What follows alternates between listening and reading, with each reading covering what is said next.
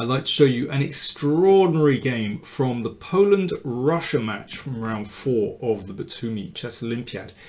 This game was a mess from start to finish. Let's take a look and you'll see what I mean. So the white piece is played by Jacek Tomczak from Poland. He's 28 years old, rated 26-14. His opponent, Vladimir Kramnik from Russia, of course, former world champion, rated, well, a long way ahead, 27-79. So Kramnik, on paper, favourite for this game. E4 from Tomczak. And he plays not Spanish, not a gioco piano, but he plays the Scotch. And Kramnik sticks to his favourite move, knight f6. It's one of the main lines. And if knight c3, then black is able to equalise pretty easily with bishop b4. But knight takes c6 introduces absolutely wild complications. This is an incredibly old line played way back in the 19th century. But it's still played today and new ideas still being discovered. So first of all, instead of moving the knight, black plays queen e7 with a pin and queen e2. So now this knight has to move. And now both queens are rather awkwardly placed, sitting in front of their bishops. So that's the first strange complication. This line was really repopularized by Kasparov in his World Championship match against Karpov. I think he played it first in 1990. And yeah, it's still played today. And some extraordinary ideas coming out. H4 is very fashionable at the moment. We saw this, for example, in the game between Nakamura and Carlsen played in London last December, and that was really wild, with this pawn advancing, rooks coming up the board before these minor pieces were developed. Crazy stuff. H4 is interesting. So as I said, sometimes the rook comes out here. Sometimes it's just about giving the bishop a square here. So bishop b7 was played in that Nakamura-Carlsen game. Kramnik plays queen e6. Now he played that almost instantly. He doesn't know his openings pretty well, it has to be said. g3. Now we see another reason for playing h4 is that this bishop is now supported by the rook and can attack the queen sometimes.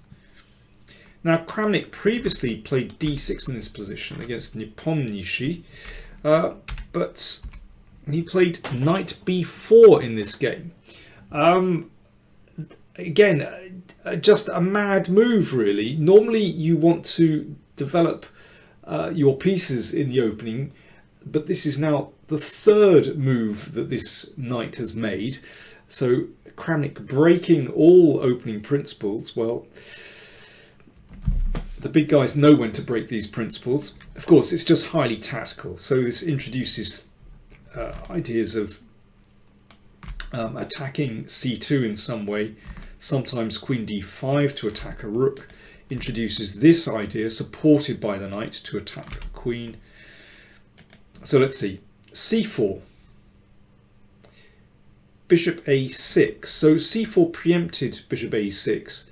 And now a3 is possible. This was not played, I should say. I mean, obviously this could have been played the move before, and then bishop a6, c4 would transpose. So let's have a look at this. This is obviously critical because the knight, it's not, yeah, it's kind of trapped. If it goes back, we can actually take this. But here is Kramnik's idea. He was going to take here, I'm sure. And we get a really wild position on the board where this knight sneaks in to take the rook. So at the moment black is the exchange up, but white might well take this. I mean, it's a mad endgame. Kramnik obviously knew what he was doing there.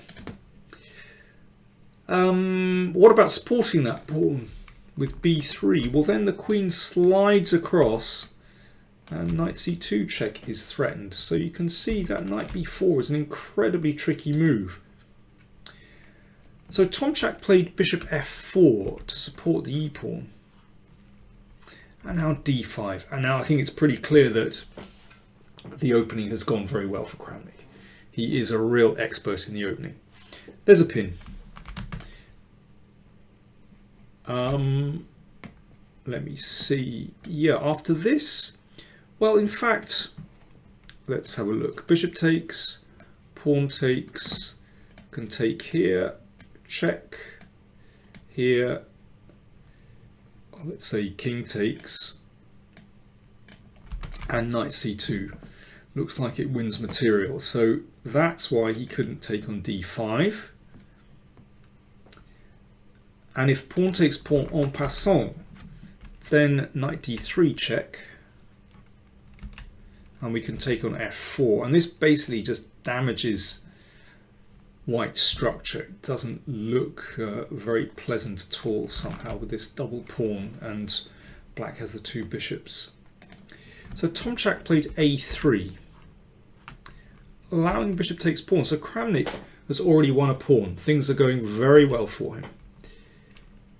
He could play queen f5 here, but he took on f1. I think it's absolutely fine. Seems to me that Kramnik is just better here. He's a pawn up. Development looks pretty good. I do like that queen on e6, controlling so many light squares in the position and blockading that e-pawn. And the knight heads back into the middle. So things looking very stable for black. Pawn up. And yeah, the queen is looking great. And also, you know, the king has already had to move. Now this knight could just drop back here, but I think it's quite typical for Kramnik that he wanted to keep pressing forward. He doesn't like to go backwards. He played d4, so we've got some tactics here. First of all, if queen takes d4, then knight b3 wins an exchange. Now, if the knight has to retreat, that doesn't look very good. Somehow, yeah, the queen might come into d5. It doesn't look right. So the knight was taken and pawn takes. And queen d4. So he's looking to recover this pawn. Now, I was a little bit surprised at how Kramnik played. I think what he did was okay. But I was expecting queen d5, and I thought this gave black a solid advantage. So the queen exchange is forced because both those are attacked. Bishop checks here, king d7. Now I imagine white is going to be able to recapture that pawn. But in the meantime, black, I think, has a very easy play here. The king is either going to sit on c6 or e6. The bishop will come to e7. We're going to put a rook to the b file, and this looks very pleasant indeed for black. I think a nice positional advantage. I mean, maybe this is a question of taste. Perhaps Kramnik simply thought, okay, I'm going for the kill here. He keeps the queens on the board and plays queen d5, and that means that the king is rather embarrassed. Obviously, it would like to sit on g2, but the queen controls g2. So that protects the rook, and bishop takes c5. So still looking very pleasant for Kramnik. Rook c1 attacks the bishop. The bishop drops to b6. Now, interesting moment here. It feels as though this could be a good move to open up the diagonal, but this can be taken. Now, at first glance, it looks terrifying, but in fact, black has bishop d4. Saves the rook, attacks the queen, and well, you can see black's central control is actually fantastic here.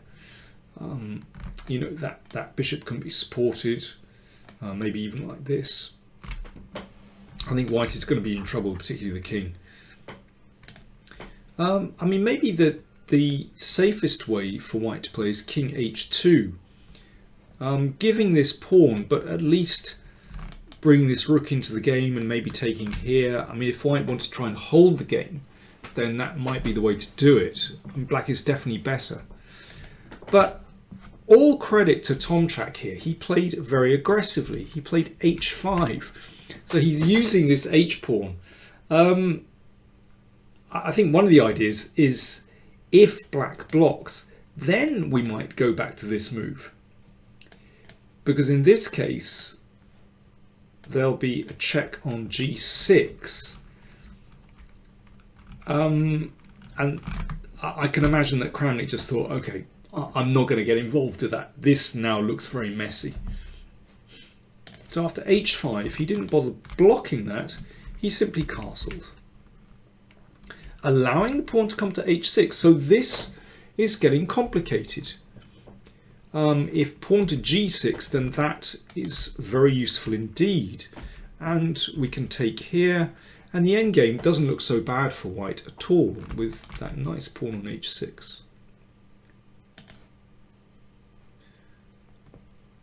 Rook e8 played by Kramnik. So this is a pretty daring way to play as well. Allowing the pawn to be taken on g7.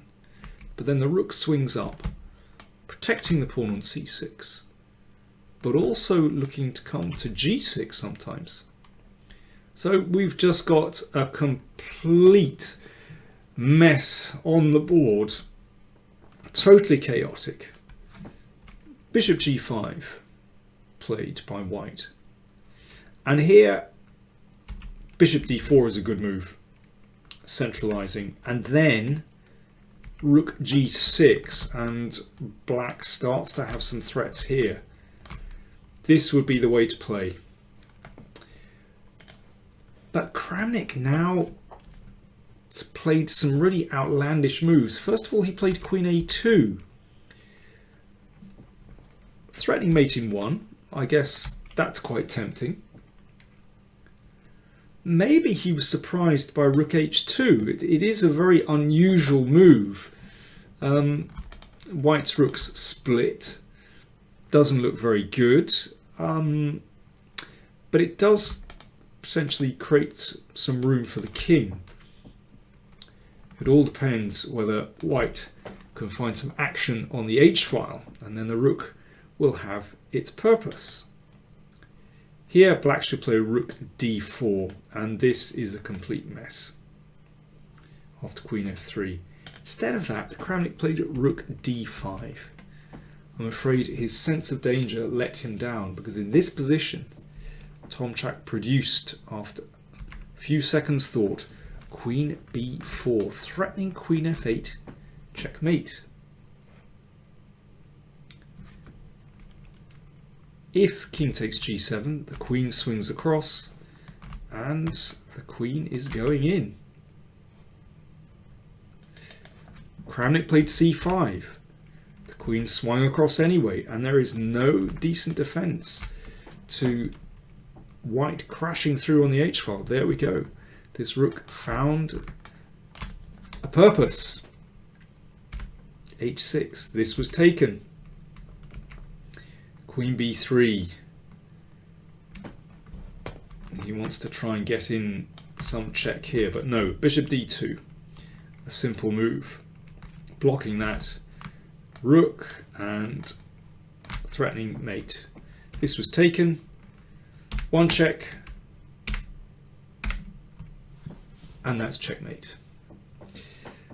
An utter disaster for Kramnik. I mean, I can't remember the last time he made such a huge error.